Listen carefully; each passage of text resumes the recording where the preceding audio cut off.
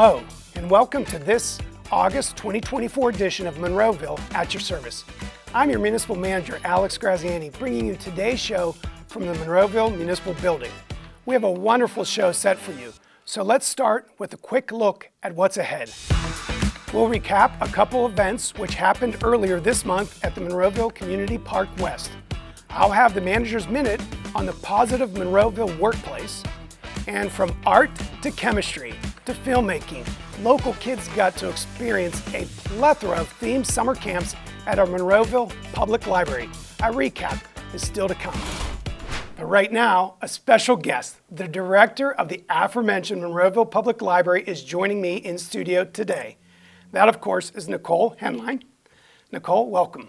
Thank you so much for having me. I'm delighted to have you today because the libraries are one of my favorite things, and there's so much to talk about. But first, let's start with a little bit about you. You've been with Monroeville almost 10 years? Almost 10 years. It'll be 10 years in January. So let's talk a little about your career route, because I understand you were for like 4 years a 7th grade school teacher. Yes. I started in libraries when I was 17 teaching computer classes while I was still in high school. And while I did that, I went to college and got my bachelor's degrees and then went right into my master's for teaching. I taught for 4 years at East Allegheny School District, decided, bless all the teachers, it wasn't for me, but I loved being part of the community. I loved being part of helping people learn and grow. And the place I was always happiest was the library. So I went back to school and got my degree and became a library director in 2011. Wow, that's wonderful. And you're a person who's been in Eastern Allegheny County, you're Penn Hills. I grew up in Penn Hills my entire life. My parents still live where I grew up, and they are literally 3 miles from here, maybe a 12-minute drive. And so coming back to Monroeville was, a dream come true. My family's here. Penn Hills, I remember my yearbook in high school, top 5 places to go in Penn Hills, number 1 was Monroeville. Oh, wonderful. Yeah. There weren't a lot of places to go in Penn Hills. No, it's good to be number 1. But you had a little detour. You went up through the Shenango Valley where you had your first library director job. I did, and I'm very grateful for that. It was a lovely community, and it didn't have as many resources as Allegheny County does. And so it really helped me to understand how to work within a smaller budget and to be very grateful and to pull the community in to see the value of the library, to increase the budget little by little, and to just to realize when we are blessed with what we have. Yeah. A lot of people don't realize how lucky we are in Allegheny County with what we have in our libraries. But that skill set is to our advantage because it's enabled you to, I think, come here for, again, about 10 years and really grow our program from where it was, in 2013, 2014 to where it is now. I think we're like 60% over some of the numbers on circulation over that time period. It's pretty remarkable. Yes, it has been fabulous. I have an amazing staff and board, and everyone is just excited to bring the community what they need and what they're asking for. And you guys are doing it. Libraries are so much more than just books.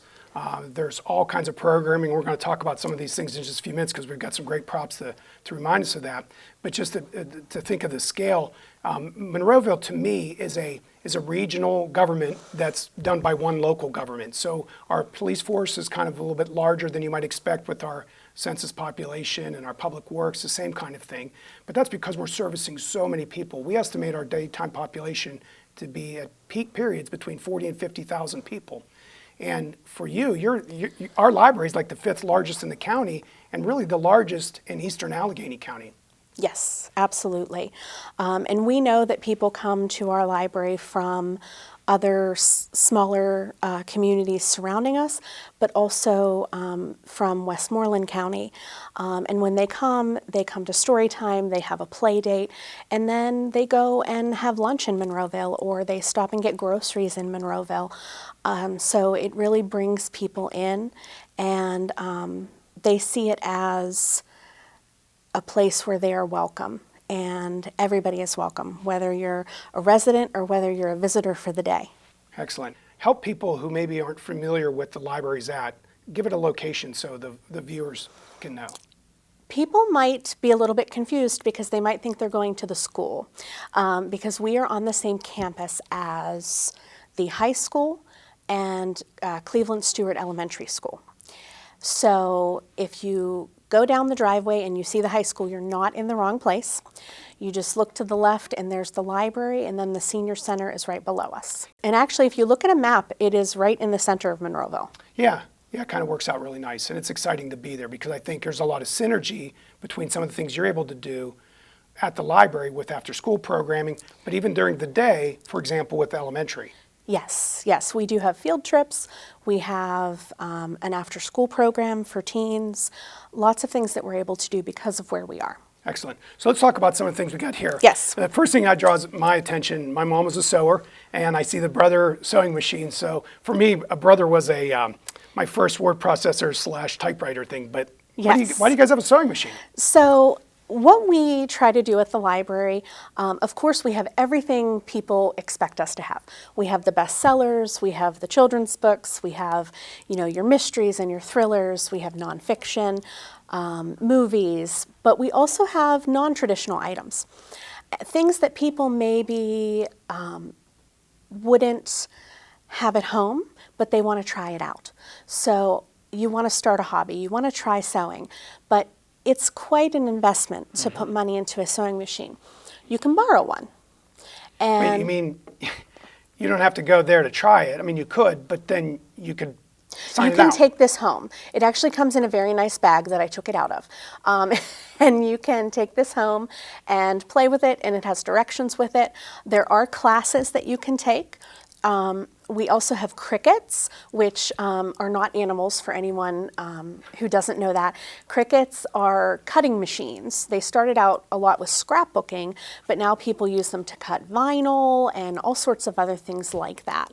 So this is a sample of one of the things that are very non-traditional that you can, like a book, borrow and then return. Yes, and we also have a fabric bank at the library. So people who, finish a quilt and they have extra pieces of fabric and they, their drawers are too full at home, they can bring them and drop them off at the library and pick out other pieces that... So is this for a cost? There is no cost to the fabric bank. It is give and take. And it gets used a lot. There's also yarn and patterns and doodads such as ribbons and buttons. We also have a long arm quilting machine, which is not something most people can have in their home due to space, due to cost. And so people are able to take a class, learn how to use it, and then they can come in and quilt. And that's the part where you take the 3 layers of the quilt and you do the actual stitching, and it allows you to do a full-size quilt. And those are just a few of the things that we have in the Maker Lab. Maker Lab. So again, that's just a part where people can try things out, learn new skills, and possibly borrow some equipment to take that skill home and do it. Yes. Now these things I'm really excited about. As a new granddad, Yes. Having a granddaughter just born a couple weeks ago, I love to read books to my kids and now to my granddaughter. So we got some books here. Yes. Representative of our great collection. I did not bring any traditional books because people know we have those. But these are called Wonder Books. And they actually inside have, they play the book. So if a child wants to read it to themselves, they hit play and they just turn the page when it beeps or makes a bell sound. I'm dating myself, but I had this in record form. Okay. But now it's right in the book.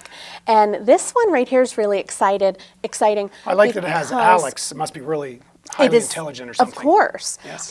This is bilingual. It's English and Urdu. And this Wow. is from a Yeah. grant that we received called Celebrating Our Communities. And we were able to add to our collection books in languages that are spoken in our community. So people whose language might not be, their first language might not be English, but mom, dad, and kids want to sit down. That's a growing part of our Monroeville population. Absolutely. We're a very diverse community. I've been really impressed since I started in January, whether it was at the elementary school and University Park, how diverse our community is. And I was in Target the other day after one of the meetings, and I heard, I think, at least two languages beside English. Yes. There. So this is really a great resource. How cool is that?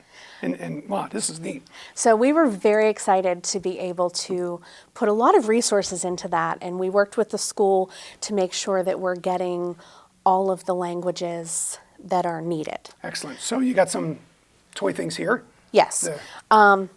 We are a family place library.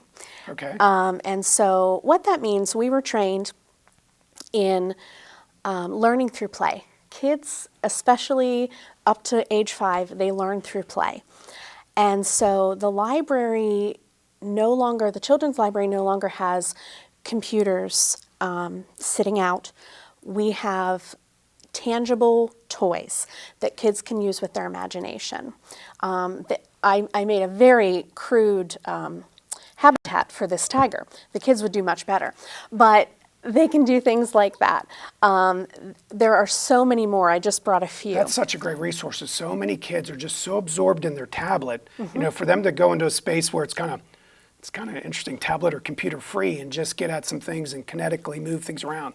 That's great. And we really, most people, that's what they want. They come in, they have play dates, they play with these different toys, they borrow books before they go home.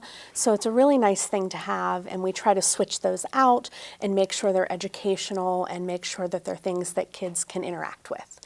And we also have twice a year, it's called Toddler University, and it's a parent-child workshop through Family Place.